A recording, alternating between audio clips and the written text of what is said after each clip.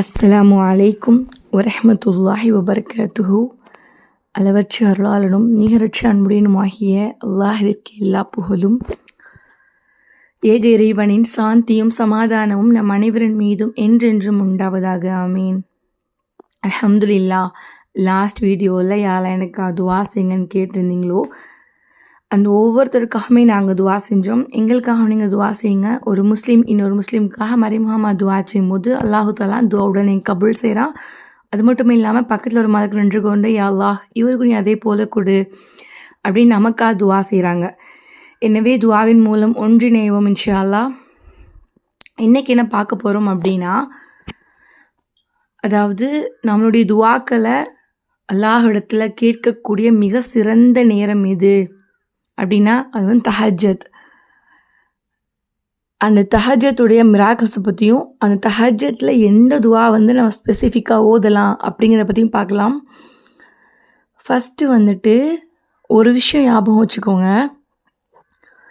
அல்லாஹ் வந்து நம்ம தொழுதுகிட்டே இருக்கோம், நம்ம ஓதிக்கிட்டே இருக்கோம், எந்நேரம் ஒதுக்கீடு செஞ்சுட்டே இருக்கோம், ஆனால் அவனோட உதவி எனக்கு வரவே இல்லை அப்படின்னு தயவு செஞ்சு நினைக்காதீங்க.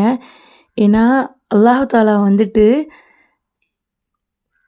இந்த மாதிரி அவனை முழுமையாக நம்புகிறவங்களையும் சோதிப்பான், அவனை நம்பாதவங்களையும் சோதிப்பான். ஆனால் இவங்களுக்கும் உள்ள டிஃப்ரெண்ட்டு தான் வேறு. அல்லாஹ் முழுமையாக நம்பி அந்த சோதனையில் பொறுமையாக இருந்து அவனை அழைச்சிக்கிட்டே இருந்தோம் அப்படின்னா நமக்கான உதவியை அவன் நிச்சயமாக தருவான். என்னோடய வாழ்க்கையில் எனக்கு மிகப்பெரிய ஒரு மாற்றத்தை கொடுத்தது வந்துட்டு இந்த தஹஜ்ஜத் தொழுகை. எப்படின்னா, இந்த தஹஜ்ஜத் வந்துட்டு நம்ம நினைக்கலாம் எல்லாராலையும் தொழுதலாம் அப்படின்ட்டு, ஆனால் கண்டிப்பாக முடியாது. எல்லாராலையுமே தொழுக முடியாது. நம்மளோட இறைவனை சந்திக்கணும், அந்த நேரத்தில் என்னோடய இறைவன்கிட்ட நான் பேசணும், நிச்சயமாக என்னோடய தேவையை முன்வைக்கணும் அப்படின்னு ஆர்வத்தோடையும் அவனோட நாட்டமும் இருந்துச்சு அப்படின்னா மட்டும்தான் இந்த தொழுகையை நம்ம தொழுக முடியும். இந்த தொழுகையில் கேட்கக்கூடிய துவா எப்படின்னா, ஒரு அம்பு வந்துட்டு வில்லிலேருந்து அந்த அம்பு அந்த இதுலேருந்து புறப்பட்டு எப்படி போய் பாயிண்ட் அவுட் கரெக்டாக அந்த நடு இதில் பாயிண்ட் அவுட் பண்ணுமோ அது மாதிரி அந்த அம்பு போய் கரெக்டாக அதனுடைய குறிக்கோளை தொடுற மாதிரி நம்மளுடைய துவா அல்லாஹ் இடத்துல அக்செப்ட் ஆகும். அந்த அளவுக்கு நம்முடைய வாழ்க்கையவே மாற்றக்கூடிய ஒரு பெரிய இதுனா அது தஹஜ்ஜத் தான். உங்களோட வாழ்க்கை மாறணுமா, இப்போவே இன்றைக்கே தஹஜ்ஜத் தொழுங்க இன்ஷா அல்லாஹ். ஸோ தொடர்ந்து தஹஜ்ஜத் தொழுங்க. நிச்சயமாக உங்களோட வாழ்க்கை எப்படி இருந்தாலும் சரி அல்லாஹோட கிருபையால் உங்களுடைய வாழ்க்கையவே மாற்றக்கூடிய சக்தி தஹஜ்ஜத் தொழுகைக்கு நிச்சயமாக இருக்குது. ஸோ அப்படிப்பட்ட தஹஜ்ஜத் தொழுகையை நம்ம தொழுது முடிச்சுட்டு என்ன துவா ஓதலாம் அப்படின்னா, ரசூலா சொன்னாங்க, ஒருவர் தஹஜ்ஜத் தொழுது முடிச்சுட்டு இந்த ஒரு துவா ஓதுறாங்களோ அவங்களுடைய துவாவை அல்லாஹ் ஏற்காமல் இருக்கிறதே இல்லை அப்படின்னு சொல்லிட்டு சொன்னாங்க. அது என்ன துவா அப்படின்னா, லா இலாஹ இல்லல்லாஹு வஹ்தஹு லா ஷரீக லஹ் லஹுல் முல்கு வலஹுல் ஹம்து வஹுவ அலா குல்லி ஷைஇன் கதீர் வல்ஹம்துலில்லாஹி சுப்ஹானல்லாஹி வலா இலாஹ இல்லல்லாஹ் வல்லாஹு அக்பர் வலா ஹவுல வலா குவ்வத இல்லா பில்லாஹ். லா இலாஹ இல்லல்லாஹு வஹ்தஹு லா ஷரீக லஹு லஹுல் முல்கு வலஹுல் ஹம்து வஹுவ அலா குல்லி ஷைஇன் கதீர் வல்ஹம்துலில்லாஹி சுப்ஹானல்லாஹி வலா இலாஹ இல்லல்லாஹு வல்லாஹு அக்பர் வலா ஹவுல வலா குவ்வத இல்லா பில்லாஹ். இந்த ஒரு துவா தான். இதை வந்துட்டு 3 முறை ஓதி இன்ஷா அல்லாஹ் துவா செய்யுங்க.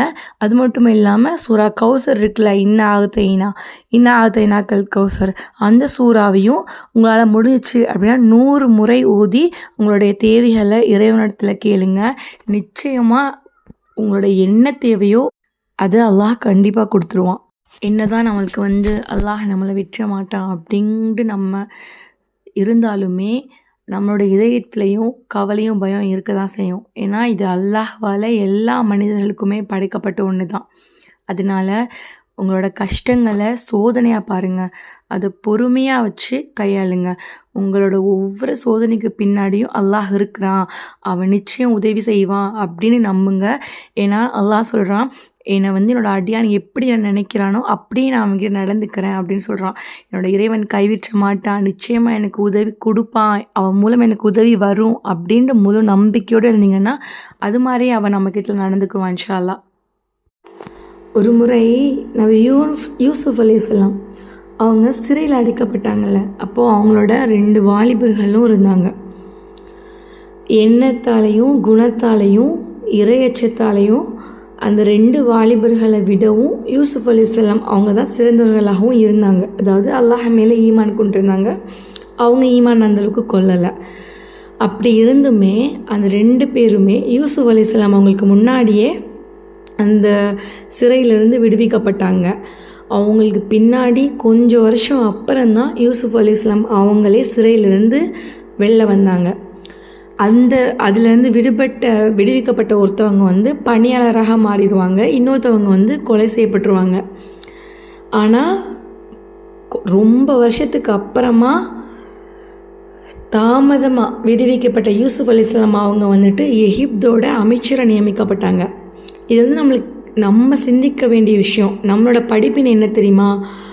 நம்மளுடைய புண்பட்ட உள்ளங்களுக்கு இறை உதவி கொஞ்சம் தாமதமாக இருந்தாலும் அது அல்லாஹ்கிட்டருந்து நம்மளுக்கு மிக மகத்தான ஒன்றாகவே நம்மளுக்கு வந்தடையும். நம்ம கேட்டது உடனே கிடைக்கல அப்படின்னாலுமே கேட்டதை விட பல கோடி மடங்கு நன்மை நிறைஞ்ச ஒன்று நம்முடைய பொருத்தமான நேரத்தில், எந்த நேரத்தில் நம்மளுக்கு வரணுமோ அந்த நேரத்தில் நம்மளை வந்தடையும். உடனே கிடைக்கிறது மட்டும் அல்லாஹோட உதவி இல்லை, தாமதமாக கிடைக்கிறதும் அல்லாஹோட உதவி தான். ரெண்டுலமே எதில் அதிக நன்மை இருக்கிறதோ அதை தீர்மானித்து அதை நம்மளுக்கு எப்படி கொடுக்கணும் அப்படின்ட்டு இறைவன் நமக்கு அதுதான் நம்மளுக்கு இறைவன் வழங்குகிற அன்பளிப்புவே. ஸோ நம்மளுடைய வாழ்க்கையில் சோதனைகள் தொடர்ந்தாலுமே இறுதியில் மிக மகத்தான வெற்றி நம்மளை ஆரத்தழுவும் இன்ஷா அல்லாஹ். அதுக்காக அந்த வெற்றிக்காக காத்திருங்க. அதுக்கு பொறுமை ரொம்ப முக்கியம் இன்ஷா அல்லாஹ். இது யாருக்கு பயனுள்ளது அப்படின்னு நினைக்கிறீங்களோ அவங்க கூட கண்டிப்பாக ஷேர் பண்ணிக்கோங்க. அல்லாஹ் நம்ம அனைவருக்கும் ஜன்னத்துல் ஃபிர்தௌஸ் இந்த சொர்க்கத்தை வழங்குவானாக என்று துவா செய்தவளாக விடைபெறுகிறேன். வாஹித் தவானா அல்ஹம்துலில்லாஹி ரப்பில் ஆலமீன். அஸ்ஸலாமு அலைக்கும் வரஹ்மத்துல்லாஹி வபரகாத்துஹு.